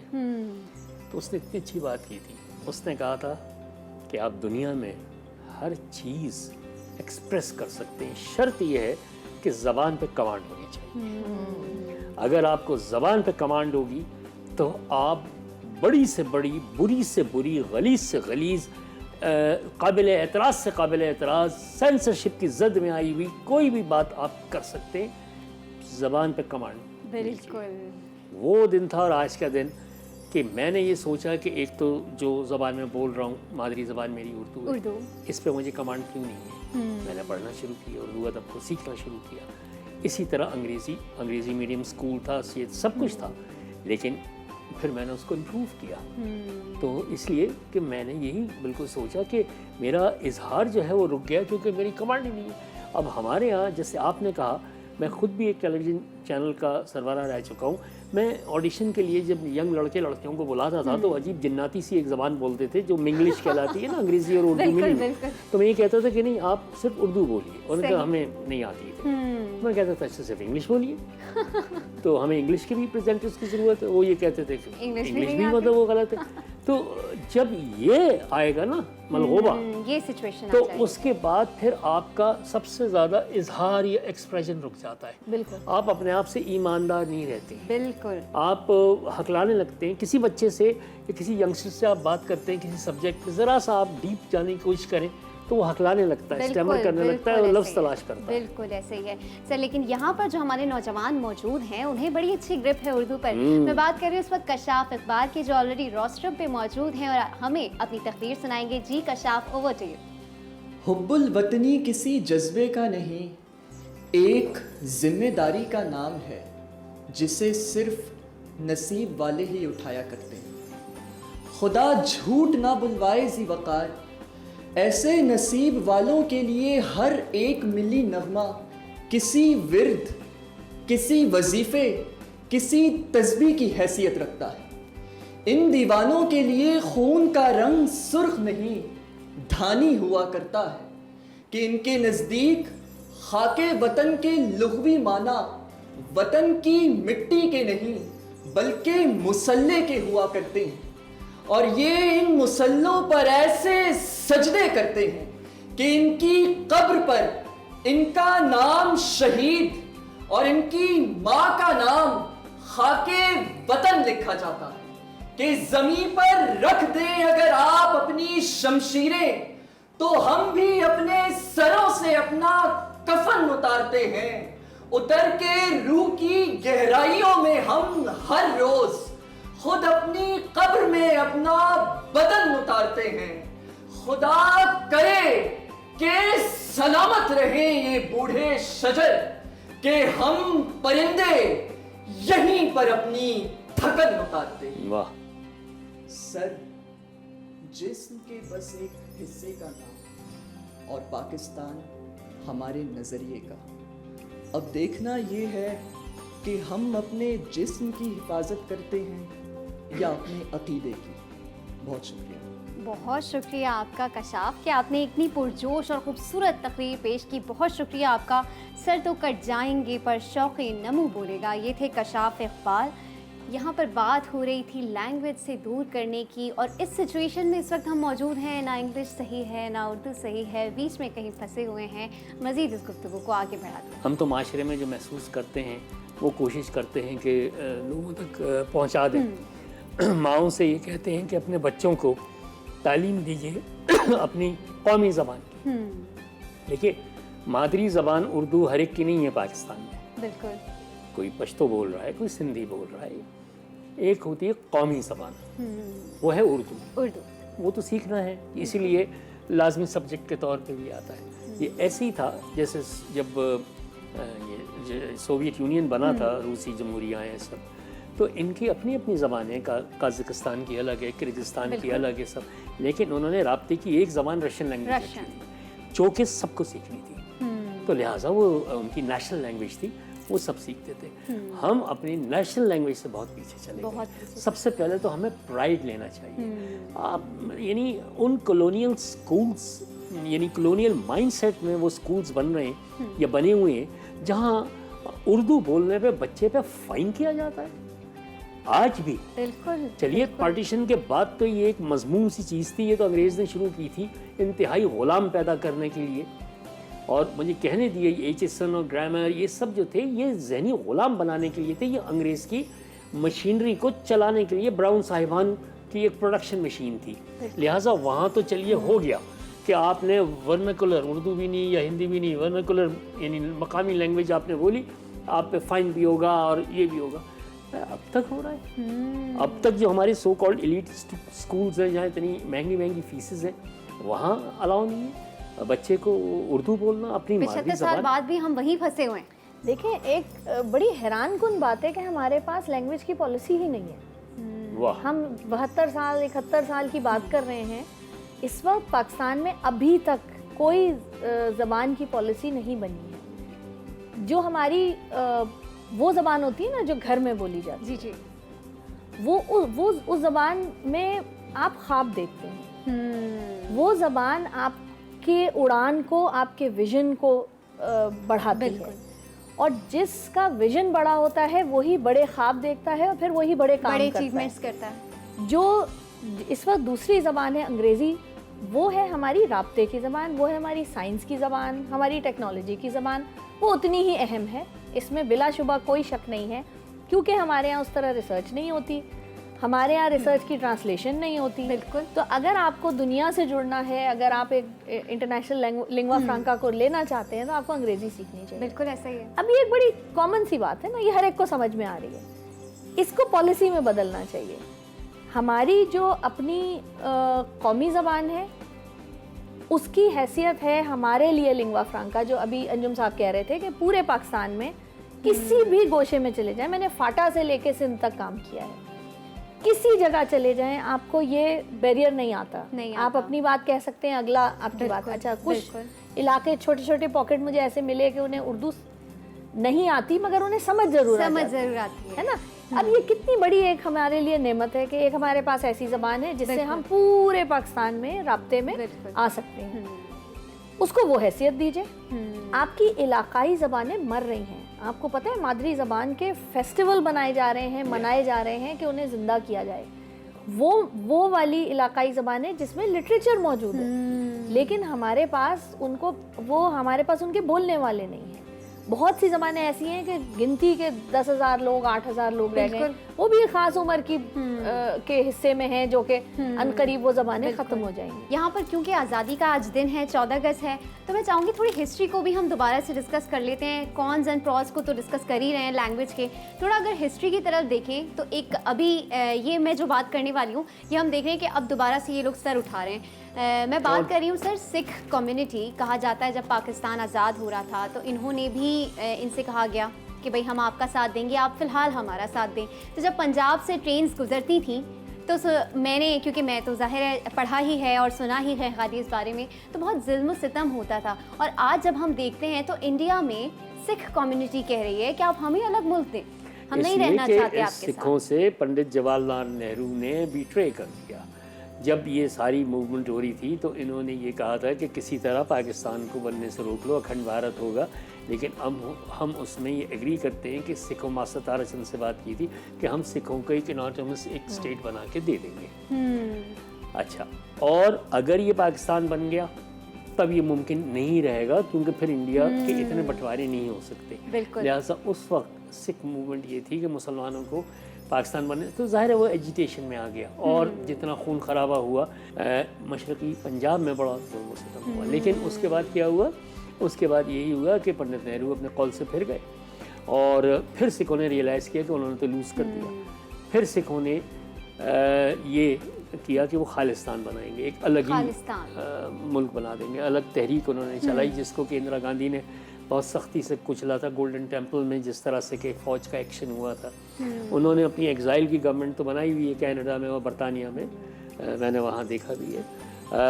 तो सिख जो हैं हमने उनकी अखलाकी मदद की, हम हर उसकी, जैसे हमने कश्मीरियों की अखलाकी मदद कर रहे हैं, हम फ़लस्तीनियों की अखलाकी मदद कर रहे हैं क्योंकि जो उनके हुकूक हैं वो उनको मिलने चाहिए। अगर वो आज़ादी की बात करते तो उन्हें आज़ादी मिलनी चाहिए क्योंकि वो ऑलरेडी डिस्कस हो चुका है। बिल्कुल ऐसे ही 2 मिनट या 3 मिनट की हमारी एक बहुत ही ज़बरदस्त से डिबेटर हैं जिन्हें आप अक्सर देखते रहते हैं, बड़ी सारी विन्स हैं इनके पास। मैं इस वक्त बात कर रही हूँ इकबाल हुसैन की, जिनका आज का मौजू है मैं पाकिस्तान हूँ। जी इकबाल, आप पाकिस्तान हैं। सदर मोहतरम, 72 साला बूढ़े पाकिस्तान की दुख भरी रुदात सुनकर मैं नवीदे सहर उम्मीदे सहर बनकर आगे बढ़ा। मैंने कहा देख, आज तू है वो पाकिस्तान कि तेरी फौज दुनिया की बेहतरीन फौज है, तो तेरे सर पर एटमी ताकत का ताज भी सजा है। देख, तू है वो पाकिस्तान के एक जानिब हवलदार लालक जान, कैप्टन असफंदियार, राशिद मिन्हाज, मेजर अजीज भट्टी तेरी हुर्मत पर अपनी जान कुर्बान कर देते हैं, तो दूसरी जानिब सिपाही मकबूल हुसैन अपनी कटी हुई ज़बान से दीवारे जिंदा पर यह तहरीर कर देता है, जिंदाबाद पाकिस्तान, आज तू है वो पाकिस्तान कि तेरा अजली दुश्मन भारत तेरे कबूतर तक से डरता है कि हसन सिद्दीकी की सूरत दुश्मन को मार गिराता है, अरे उसे चाय तक पिलाकर अमन की फाख्ता उड़ाता है कि देख तू वो पाकिस्तान कि तेरी जन्नत नजीर वादी कश्मीर का बेटा बुरहान वानी भारतीय अफवाज पर अपना लर्जा तारी करता है कि देख, आज दहशत दहशत शामें वजूद में फजा की बारूद की बू नहीं, बल्कि जश्न आज़ादी के ये गूंजते बजते शादियाने और तराने इस बात की नवीद दे रहे हैं कि अपने तन के जख्म ना गिन, अभी तेरी आंख में अभी नूर है, अपने बाजुओं पर निगाह कर, जो गुरूर था वो गुरूर है, जो गुरूर था वो गुरूर है। बहुत शुक्रिया। बहुत शुक्रिया इकबाल आपका कि आपने इतनी खूबसूरत स्पीच की, बहुत ही जज्बे से भरपूर ये स्पीच थी। सर यहाँ पर क्योंकि इकबाल ने जिक्र किया कश्मीर का, तो कश्मीर के हवाले से आपने 8 अगस्त को एक बात ये भी सामने आई कि उनकी हुकूमती लोग MPA थे उनके या MNA थे, उन्होंने कहा कि आप जाएँ और अब कश्मीरी औरतों से आप शादी कर सकते हैं। ये बयान भी एक सोशल मीडिया पर सामने आ रहा था, बड़ी स्पीचेस भी हुई, कंट्रोवर्सीज भी हुई। तो पॉलिसी नहीं होती है। अच्छा, ये पॉलिसीज नहीं होती, ये तो वहाँ पे लिंचिंग हो रही है, मगर ऐसे भी तो जुनूनी वहाँ पे हैं मजहबी, ये कह रहे हैं कि मुसलमानों को हम अगले 2 साल में ख़त्म कर देंगे यहाँ से, या तो वो हिंदू हो जाएं या यहाँ से चले जाएं।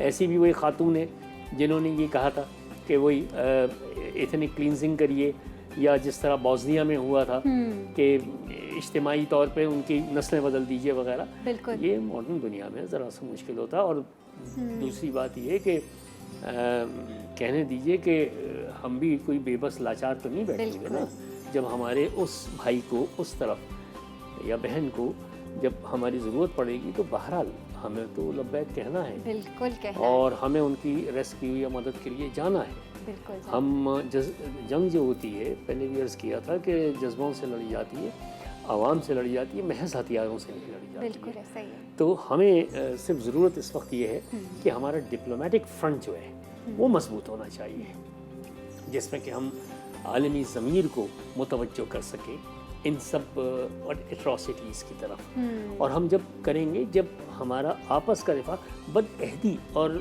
एक बदएतमादी की ऐसी फ़ज़ा पैदा हो गई है कि हर आदमी एक दूसरे को करप्ट कह रहा है, अजीब मुल्क हो गया ये, बिल्कुल ऐसा ही है ना। हर आदमी जो है वो सहाफ़ी भी बन जाता है, हर आदमी तज़ियाकार भी बन जाता है, हर आदमी फ़ौजी भी बन जाता है, और हर आदमी सहाफत, और अगर जंग हो रही है तो सिर्फ सिविलियन- जातियात के लिए हो रही है। वही अर्ज़ कर रहा हूँ ना कि हम सिवाय जातियात के उससे बुलंद सतह पे बिल्कुल बिल्कुल ऐसा आ ही ही नहीं है, रहे। बिल्कुल ऐसे ही। और तमाम व्यूअर्स से भी मैं यही रिक्वेस्ट करूंगी कि कुछ कर सकें ना कर सकें, अपने कश्मीरी बहनों के लिए, भाइयों के लिए दुआएं ज़रूर कीजिएगा। उन्हें आपकी, अगर आप खुद नहीं जा सकते लेकिन आपकी जो दुआएं हैं वो वहाँ तक जा सकती हैं और उनके बहुत ज़्यादा काम आ सकती हैं। अंजुम रिजवी साहब, कोई मैसेज आज़ादी के दिन देना चाहें इस कौम को? अपनी शनाख्त बनाएं। दुनिया में हमेशा वो कौमें कामयाब हुई हैं कि जिन्होंने अपनी शनाख्त बनाई है, चाहे वो नेपोलियन हो या चाहे वो फ्रांस की बादशाहत हो, चाहे बरतानिया हो, ओलिवर क्रॉमवेल हो, चाहे बर्र सग़ीर में आ जाइए, कहीं भी आ जाइए, सबसे पहले आपको अपनी आइडेंटिटी बनानी होती है। बिल्कुल, पहली बात। दूसरी, इल्म की तरवीज होती है। देखिए, जब किसी माशरे में इल्म बढ़ता है तो उसका खुद ब खुद रेजिड्यू होता है इक़्तिसादियात। बिल्कुल, यानी आपकी इक़्तिसादियात बेहतर होगी जब माशरे में इल्म होगा, इजादात होती हैं, रिसर्च होती है, सब। जब आपके पास इक़्तिसादी सूरत हाल बेहतर होती है तो फिर आप ये चाहते हैं कि कोई आप पे अटैक ना करे, आपसे ये दौलत ना ले ले, तो आप एक मजबूत फ़ौज बनाते हैं, है ना। ये तीनों चीज़ें आपस में चलती हैं इंटरकनेक्टेड है। और ये नेशनल कैरेक्टर बिल्डिंग के तहत बिल्कुल बिल्कुल ऐसे ही है, और तीनों चीज़ों को साथ हाँ, लेकर अभी चलना अब ये बच्चे भी आके सियासतदानों को गाली बिल्कुल, दे के चले। बिल्कुल। अभी आपने देखा, हमारे यहाँ तो बहुत कुछ था ना, सियासतदानी तो करप्ट नहीं है, बिल्कुल ऐसे ही। और बहुत से भी आवाम है। हम खुद भी बजाते खुद भी बड़े करप्ट हैं, हम सफाई का ख्याल नहीं रखते, हम सिग्नल तोड़ देते हैं। हम खुद जब स्टूडेंट थे, बसों बिल्कुल। में ट्रैवल करते थे, 15 पैसे किराया होता था, हम कोशिश करते थे मार लें 15 पैसे कंडक्टर को ना दे। तो हमें तो वहाँ से शुरू करना है। बिल्कुल, दूध में बिल्कुल जो वहीं पानी से। मिला रहा है, बिल्कुल वहाँ वहीं से से। शुरू करना है ना। वो ये कह रहा है कि सब बेईमान है और खुद ये कर रहा है। बिल्कुल बिल्कुल। डॉक्टर हिना, अगर कोई मैसेज देना चाहें इस कौम को? देखिए, 1 और 1 11 होता है। हम जब तक हम में से हर एक बेहतर होके दूसरों के साथ जुड़ेगा नहीं तो हम कभी भी एक कौम नहीं बन सकते। पहली सीढ़ी ये है कि हम सब अपने गिरेबानों में झांकें, चाहे वो बहुत छोटा बच्चा हो से लेके और बुजुर्ग तक। हमारी ये जो आपने कहा कि हमारी सफाई और हमारी बिल्कुल, सिग्नल तोड़ना सबसे बिल्कुल, हमारी बिल्कुल। फेवरेट हॉबी होती है। तो हम आपस में जुड़े और एक टीम बन के काम करें। बिल्कुल, एक टीम बन के आप लोगों को रहना चाहिए। और इसी के साथ इस बात का, इस पूरे डिस्कशन का मैं जो है समराइज़ करूँगी। ये तो सच है कि हमें मरना है, ये तो सच है कि हमें मरना है, पर ये सोचो क्या अभी जिंदा हो? जहाँ वक्त हुआ एक छोटे से ब्रेक का, कहीं मत जाएगा, देखते रहिए जीते।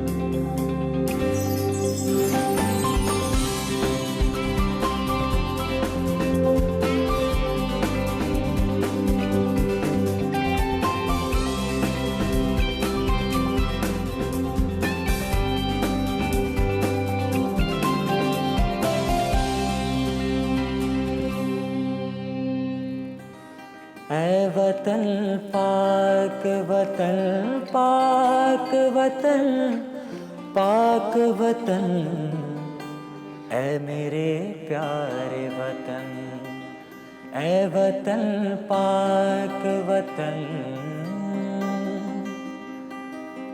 तुझसे है मेरी तमन्नाओं की दुनिया पढ़ना, आज़्म मेरा कभी मेरे इरादे हैं वही, मेरी हस्ती में आना है, मेरी मस्ती में शऊर, जाफिदा मेरा तख़य्युल है तो शीरीन है सुख़न, ऐ मेरे प्यारे वतन।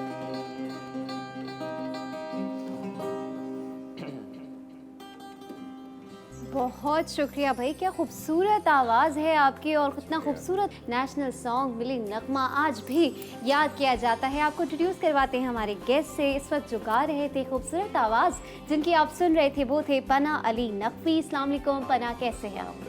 ठीक ठाक हैं, खैरियत से? आपको ईद भी बहुत बहुत मुबारक हो और आज़ादी भी बहुत बहुत मुबारक हो। उसी के साथ जो गिटार बजा रहे थे खूबसूरती के साथ वो थे अहमद इकबाल जावी। अहमद, आपको भी बहुत बहुत ईद मुबारक, खुश आमदीद भी हमारे शो पर और आज़ादी भी मुबारक। मतलब आज इतनी सारी चीज़ें हैं वो इकट्ठी आ गई हैं। उसी के साथ एक नन्हे मुन्ने चैम्पियन हमारे दरमियान मौजूद हैं। इनका नाम है अरहम बिन फरुख, जो कि छोटी सी हैं, 4th क्लास में पढ़ते हैं और टेबल टेनिस खेलते हैं। अस्सलाम वालेकुम अरहम, कैसे हैं आप? ठीक ठाक है? कैसे गुजरी है ईद? अच्छी गुजरी जी, बहुत अच्छी गुजरी। आपका बकरा कट गया? जी, कर लिया। कट गया? प्यार है आपको बकरे से? दुख हो रहा था ना फिर जब कट रहा था, है ना? जी। बकरे के साथ टेनिस खेली आपने? नहीं। बकरे के साथ अगले साल टेनिस खेल के ट्राई की, ठीक है? भाई यहाँ पे बच्चे जो होते हैं, बच्चे जब आते हैं थोड़ा सा नर्वस हो जाते हैं, लेकिन उन्हें जैसे जैसे बड़े होते हैं कंफर्टेबल हो जाते हैं, फिर इतने कंफर्टेबल हो जाते हैं कि फिर उन्हें संभालना जो है वो बड़ा मुश्किल हो जाता है। फिर सोचते हैं कि कैसे संभाला जाए। और आप लोग भी पना, आप लोग भी बचपन में बड़े नर्वस रहते होंगे, ओहो टीचर आ रही हैं, और फिर जब बड़े हुए तो फिर टीचर बोलती होंगी ओहो पना आ रहे हैं। ऐसा ही होता था? ऐसा ही होता था बिल्कुल। शुरू में तो फेस नहीं कर पाते थे चीज़ों को, अगर कोई कह दे कुछ बात करने को बोल नहीं पाते थे। लेकिन वैसे ये मेहनत टीचरों की ही होती है जो हमें बोलना सिखाते हैं माशरे के आगे। और फिर वो बाद में भुगतते हैं। हाँ, फिर वो कहते हैं कि हमने क्यों सिखाया, अब चुप ही नहीं करते। बिल्कुल। अहमद का बचपन कैसा गुजरा? मैं अभी तक शर्माता हूँ। अच्छा। मैं समझता हूँ बंदे को शर्माते रहना चाहिए, छुपी रहती हैं चीज़ें। ओह, अच्छा। म्यूजिशियन सारे ही जो हैं वो शर्मीले से होते हैं, कोई ख़ास अदा है आप लोगों की कि लोग आप पे फिदा हो जाएं? नहीं, असल में शर्माना देखिए सेंसिटिविटी की एक निशानी होती है। आर्टिस्ट सेंसिटिव होते हैं ना। आहा, क्या बात कह दी आपने। भैया आज आज़ादी का मौका है और ईद की भी, ईद का तीसरा दिन भी है आज, तो ये बताएं कि लड़कों का ईद का जज्बा कैसा होता है? कुर्बानी तो आई थिंक अब तक हो चुकी होगी, ज़्यादातर हो चुकी होती है, तो क्या सिलसिला रहा कुर्बानी का? इस बार देखें हुआ ऐसा कि ईद और जश्न वाली साथ आ गई, तो अब समझ नहीं आता कि हम अपने घर के बच्चों को झंडे ला के दें या खुद अपनी गाय को टहलाने लेके जाएं। तो बड़ा हेक्टिक माहौल रहा, लेकिन मज़ा भी आता रहा, क्योंकि यही कुछ दिन होते हैं, आप जगराते करते हैं, आप जागते हैं, एंजॉय करते हैं, फिर तो सन्नाटा ही पड़ जाता है। बिल्कुल, फिर तो सन्नाटा हो जाता है और सारी जो रौनकें होती हैं वो कुछ दिनों के लिए आती हैं, फिर चली जाती हैं। इनफैक्ट बच्चों ने, अरहम ने भी शायद ऐसा किया होगा कि अपने बकरे के ऊपर जो है उन्होंने ग्रीन कलर के बैजेस बांध दिए और दुपट्टे ग्रीन बांध दिए। आपने अपने बकरे को ग्रीन दुपट्टा बांधा था? बांधा था? उसकी पायल वगैरह पहनाई थी बकरे को? नहीं। पायल नहीं पहनाई? अच्छी नहीं लगती अरहम को पायल? नहीं। ओहो, और हमको पायल अच्छी नहीं लगती। अहमद से पूछेंगे बकरीद, और अगर बकरीद और जश्न आज़ादी आपके बचपन में साथ साथ आती तो आप क्या करते? मैं वही करता था, मैं अभी कर रहा हूँ। मैं अभी भी दिल से बच्चा ही हूँ वैसे। अच्छा। इंसान को बच्चा ही रहना चाहिए। बिल्कुल, इंसान को बच्चा ही रहना चाहिए। मौसीकी का सफ़र कहाँ से शुरू किया? असल में मौसीकी जो है, म्यूज़िक एज होल, मैं स्कूल में था, मैं तब से जो है कहते हैं सुन रहा हूँ सिंगर्स को, और पाकिस्तानी खासतौर पे जो म्यूजिशियन हैं, हमारे बहुत लेजेंडरी म्यूजिशियंस गुजरे हैं जिनको हम लोगों ने उतनी कहने वो नहीं की जितनी करनी चाहिए थी, जो मुझे उस वक्त फील होता था। तो मुझे लगता था कि ये जो चीज़ है ये फ्यूचर की चीज़ है, ये जो फ्यूचर में लोग इस चीज़ की कदर कर रहे होंगे, अभी नहीं कर रहे। तो उससे मेरे अंदर क्यूरियोसिटी उठी कि म्यूज़िक म्यूज़िक म्यूज़िक, तो और घर वालों ने भी सपोर्ट किया, कभी रोका नहीं मुझे, और बस बोला कि पढ़ाई करते रहो, साथ साथ में जो समझ आए वो करते रहो। तो ये सफ़र साथ साथ चलता रहा। बिल्कुल। पना का सिंगिंग का सफ़र कहाँ से शुरू हुआ? मेरा सफ़र भी ऐसे ही शुरू हुआ कि यूनिवर्सिटी कॉलेजेस वगैरह में मैं देखता था लोग होते थे बैंड्स वगैरह परफॉर्म कर रहे हैं, तो पहले मैं बाथरूम की हद तक गाया करता था, फिर मैं निकल के ऑडिटोरियम की हद तक आया, और अब फिर थोड़ा सा कॉन्फिडेंस और थोड़ा सा सुर भी आ गया, तो ये है कि सीख रहे हैं, आहिस्ता आहिस्ता बढ़ते जा रहे हैं, देखते क्या बिल्कुल। होता और है। इंटरनेशनल इंशाल्लाह ताला बहुत जल्द हम आपको देखेंगे। अब क्या सुनाने वाले हैं आप लोग?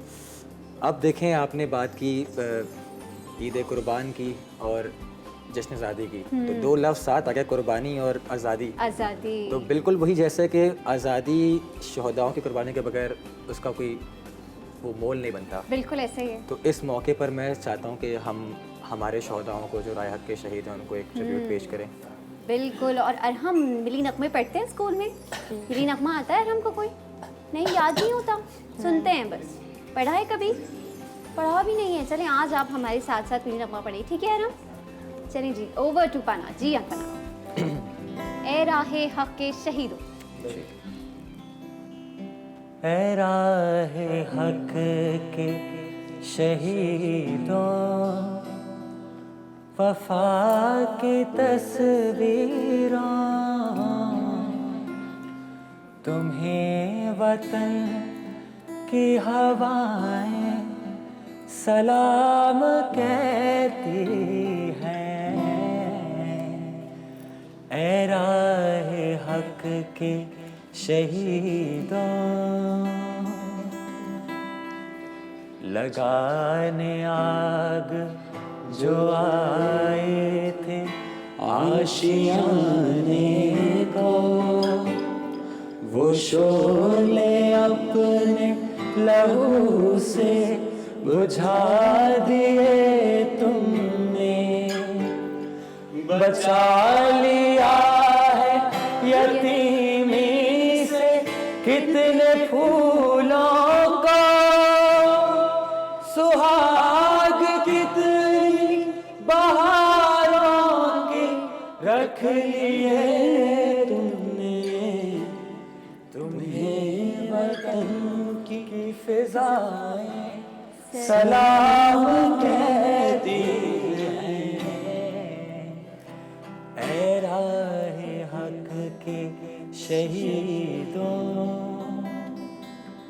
लगाने चले जो होगे शहादत का जाम पी कर तुम। रसूल पाक ने बाहों में ले लिया होगा, अली तुम्हारी शुजाअत पे झूमते होंगे। हुसैन पाक ने इरशाद ये किया होगा, तुम्हें खुदा की रज़ाएं सलाम कहती हैं। ऐ राहे हक के शहीदों।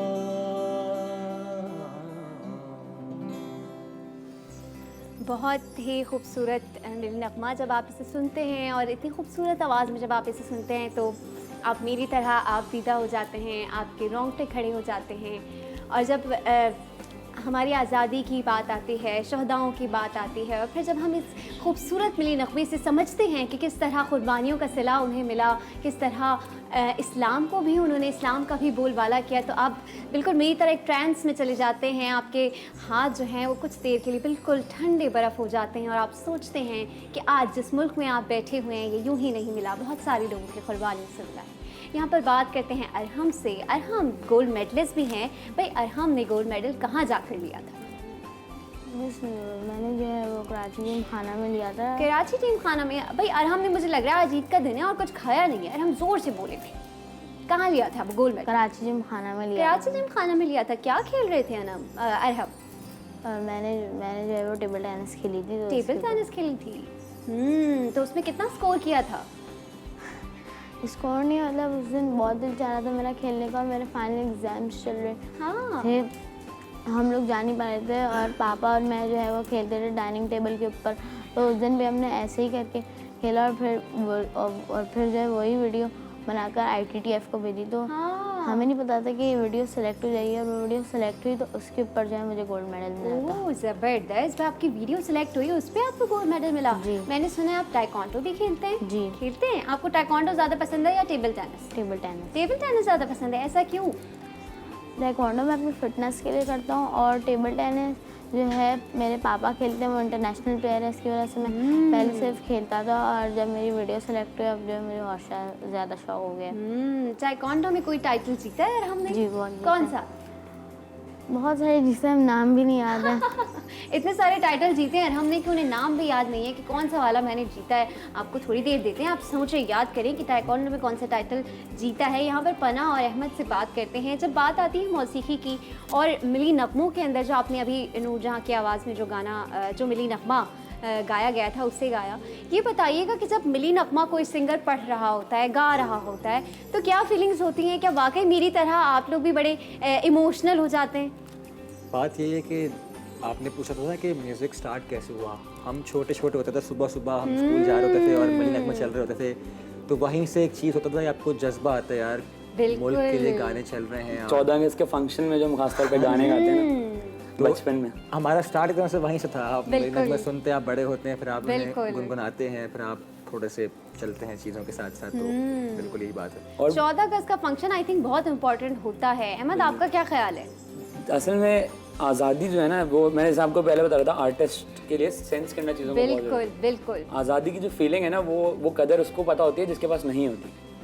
ठीक है, हमारे पास है, लेकिन अब हम अभी पूरी तरह से आज़ाद नहीं है अपनी सोच को लेके, अपनी चीज़ों को लेके। लेकिन वो जो अभी हमारे पास है, जिसकी हम कदर नहीं करते, जब हम उसके बारे में गौर व फिक्र करते हैं बैठकर, हम देखते हैं उन लोगों को जो नहीं है आज़ाद। जैसे अभी आप देख रहे हैं कश्मीर में जो चल रहा है, ठीक है, तो हम इस वक्त अल्लाह का शुक्र अदा करना चाहिए कि हम इस तरह इतनी आज़ाद ज़मीन पर बाहर आ चुके हैं। हम अपनी मर्जी से अपने रिलीजन को फॉलो कर सकते हैं, हम अपनी मर्जी से काम कर सकते हैं, अपनी मर्जी का प्रोफेशन सेलेक्ट कर सकते हैं। दिस इज़ वर्थलेस, मतलब इसकी कोई कीमत नहीं लग सकती। बिल्कुल ऐसा ही है। और जब 14 अगस्त के फंक्शन की स्कूल्स में बात हो रही है, तो मैं देखती हूँ बहुत सारे स्कूल्स में, प्राइवेट स्कूल्स में 14 अगस्त का फंक्शन जो है वो ख़त्म किया जा रहा है। मैं पर्सनली जब छोटी थी तो हमारे यहाँ 14 अगस्त वाले दिन पढ़ाई तो नहीं होती थी, बाकायदा फंक्शन होता था, किसी ऑडिटोरियम में फंक्शन होता था। बहुत सारे बच्चे टैबलूज करते थे, बहुत सारे बच्चे स्पीचेस करते थे, बहुत सारे बच्चे मिली नगमा पढ़ते थे। इन तमाम एक्टिविटीज़ से क्या होता है कि आपको फ्यूचर के एक्टर्स मिल रहे होते हैं, आपको फ्यूचर के सिंगर्स मिल रहे होते हैं, आपको फ्यूचर के डिबेटर्स मिल रहे होते हैं, फ्यूचर के आपको बहुत अच्छे सहाफ़ी मिल रहे होते हैं। तो ये अगर स्कूल चलाने वाले देख रहे हैं, क्योंकि आज ईद का तीसरा दिन है, यकीनन टीवी के आगे ही बैठे हुए होंगे तमाम लोग, तो जितने जितने लोगों का ताल्लुक स्कूल से है, टीचर्स जो मुझे सुन रहे हैं, तो मैं उनसे यही इल्तिमास करूंगी कि भाई बच्चों को सपोर्ट करें। 14 अगस्त वाले दिन एक भरपूर बड़ा सा फंक्शन बच्चों के लिए होना चाहिए, और अगर इस फंक्शन को आप ख़त्म करें तो काइंडली ना करें। बैक टू अरहम के घर स्कूल में होता है 14 अगस्त का फंक्शन? जी होता है। कैसा होता है? बड़ा सा होता है, छोटा सा होता है? छोटा सा होता है। छोटा सा होता है। आपने कभी पार्ट लिया इसमें? जी 2-3 दफ़ा लिया होगा। हाँ, 2-3 दफ़ा पार्ट लिया। क्या किया हमने? एक दफ़ा मतलब मैंने झंडा लहराया था पाकिस्तान का, और एक दफ़ा मैंने स्पीच की थी। वाओ, स्पीच भी करते हैं हम? जी 2 दफ़ा मैंने स्पीच की थी और एक दफ़ा झंडा। ज़बरदस्त, क्या बात है। फिर खुश हुई थी टीचर्स? जी, उन्होंने कहा था हम आपकी बहुत अच्छी स्पीच की। जी ऐसा हुआ था? बिल्कुल, और हम आपको करते रहना चाहिए। और जब आगे आपके स्कूल में फंक्शंस होंगे तो आप टेबल टेनिस का भी नमूना पेश कीजिएगा, ताकि सबको पता चले कि हम कितनी अच्छी टेबल टेनिस खेलते। डन हो गया? पक्की बात है। नेक्स्ट 14 अगस्त पे आप जो टेबल टेनिस खेल के दिखाएंगे सब। डन हो गया अपने पापा के साथ? ठीक है। बैक टू पना। जब हम लोग स्कूल्स में होते थे तो बड़े ही जोशो खरोशों से एक इंतज़ार होता था पूरे साल। हम लोग मैं आप लोगों को बताऊं कि सिर्फ हम लोग एक्साइटेड नहीं होते थे, पूरा साल हम आपस में बच्चों की प्लानिंग चल रही होती थी, ये वाला टैबलो परफॉर्म करेंगे, वो वाला टैबलो। इनफैक्ट टीचर्स बड़ी क्यूरियस होती थी, वो ऑफ एंड ऑन पूछती रहती थी, तैयारी चल रही है ना, इस साल ना हम लेके जाएंगे। 5th ग्रेडर्स का 6 वालों से होता था, और A-B सेक्शंस के आपस में बड़ी कॉम्पिटिशन होता था कौन ज़्यादा अच्छा परफॉर्म करेगा। अब ये कल्चर बदकिस्मती से हम देखते हैं कि ख़त्म होता जा रहा है। एकेडमिक्स पे इतना ज़्यादा प्रेशर किया जा रहा है कि बच्चे की जो सलाहियतें हैं उन्हें किल कर दिया जा रहा है। यहाँ पर मैं पूछना चाहूँगी पना और अहमद से कि कुछ और अगर सुनाना चाहें। सुनाने के लिए ये है कि अरे हम भी यहाँ बैठा, मेरे ख्याल से वो बोर हो रहा है, तो एक वो गाना जो जनरेशन से जनरेशन तक जिसने ट्रैवल किया और आगे भी करेगा। बिल्कुल। है जज्बा जुनून। अरे आप कहेंगे जज्बा मैं थोड़ा जुनून। पीछे आऊँगा। मैंने सुन लिया है जज्बा जुनून, हाँ है ना? जी, है जज्बा बिल्कुल जुनून। बिल्कुल।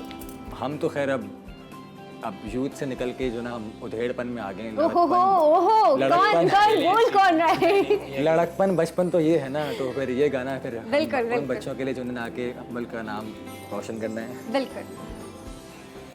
अपना घर अपनी सरजमीं सब कुछ है बस यही, अपना घर अपनी सरजमीं सब कुछ है बस यही, इतना तो है खुद पे यकीन, है जज्बा जुनून तो हिम्मत ना, जुस्तजू जो करे वो छुए आसमां, मेहनत अपनी होगी पहचान, कभी ना भूलो सबकी नजरों में पाकिस्तान, कभी ना भूलो पाकिस्तान है तुम्हारा, पाकिस्तान है हमारा।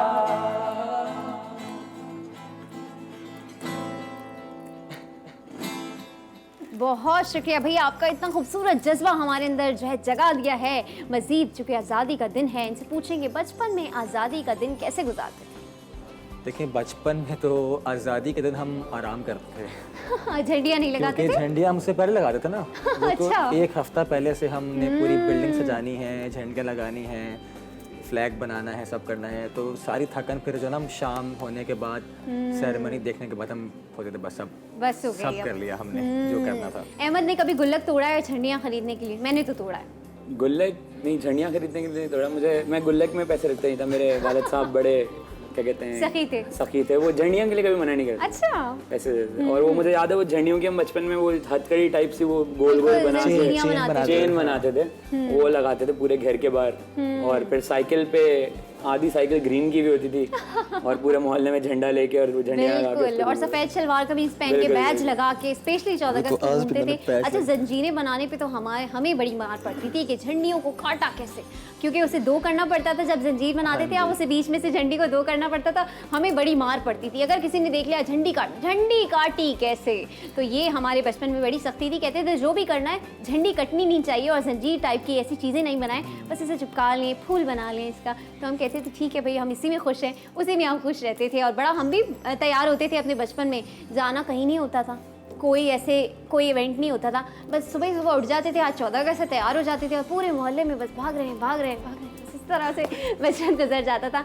यहाँ पे मैं पूछना चाहूँगी पना, अगर कोई मैसेज देना चाहें देखने वालों को। मैसेज ये है कि मुल्क आपका है, ठीक है, और किसी का नहीं है। इसका ख्याल रखें जैसे खुद का ख्याल रखते हैं। बिल्कुल, क्योंकि आपने यहाँ रहना है, आपके बच्चों ने यहाँ रहना है, आपके पोतों ने यहाँ रहना है।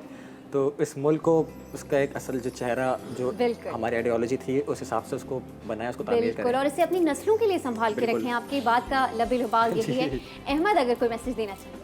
मैं भी इससे मिलते जुलते ही बात करना चाहूँगा कि जिस तरह ज़िंदगी इंसान को एक बार मिलती है, ये ज़मीन भी आपको बहुत मुश्किलों से और एक बार मिली है, ये ख़त्म होनी है एक दिन, तो इसकी बहुत कदर करनी चाहिए, इसको साफ़ रखना चाहिए और इसको ऐसा रखना चाहिए जिसमें आप भी खुशी से रहें और बाकी आने वाली नस्लें भी खुशी से रहें और आपके आसपास के लोग भी खुशी से। बिल्कुल, बहुत ही खूबसूरत बात। और हम अपने दोस्तों को, अपने फ्रेंड्स को कोई मैसेज देना चाहते हैं? मैं बस ये मैसेज देना चाहूँगा कि हमें कोई भी कचरा नहीं फेंकना चाहिए और कभी भी सिग्नल नहीं तोड़ना चाहिए। और हमने 2 बड़े इंपॉर्टेंट मैसेजेस दिए हैं भाई। बच्चों सुन लो, आप लोग जो इतनी कैंडीज़ खा के सारे मुल्क में कैंडीज़ का सबसे ज़्यादा बच्चों ने कचरा किया है, कैंडीज़ खाते हैं और कचरा फेंक देते हैं। हम तो नहीं फेंकते, बहुत अच्छी बात है ना, हम आपको फेंकना भी नहीं चाहिए। यहाँ पे मेरा भी मैसेज जाते जाते आप लोग ले लें। मेरा मैसेज यही है, क्योंकि आज आज़ादी का दिन है, और अपनी आज़ादी की खुशियों में, ईद की खुशियों में अपने कश्मीरी भाइयों को मत भूलें, उन्हें अपनी कम से कम दुआओं में ज़रूर याद रखें। और साथ ही साथ क्योंकि पाकिस्तान को पौधों की, जंगलात की बहुत ज़्यादा ज़रूरत है, तो इस आज़ादी को मनाने के लिए खुद भी पौधा लगाएं, अपने बच्चों से भी पौधे लगवाएं और उन पौधों को सिर्फ लगाएं नहीं बल्कि उनकी निगहदाश्त करें, उन्हें पालें, उनका ख्याल रखें, उन्हें धूप से, छाँव से बचाएं, पानी दें और पाकिस्तान को सब्ज़ व शादाब बनाएं। यहाँ पर मैं रिक्वेस्ट करना चाहूँगी सेट पर जितने भी इस वक्त लोग मौजूद हैं वो हमें केक कटिंग सेरेमनी के लिए प्लीज़ ज्वाइन कर लें। ये वतन तुम्हारा है, तुम हो पास वाइसके, ये चमन तुम्हारा है, तुम हो नग़मा वाइसके, ये वतन तुम्हारा है, तुम हो पास वाइसके, ये चमन तुम्हारा है, तुम हो नग़मा वाइसके। Thank you so much. आज़ादी मुबारक, पाकिस्तान मुबारक, पाकिस्तान जिंदाबाद।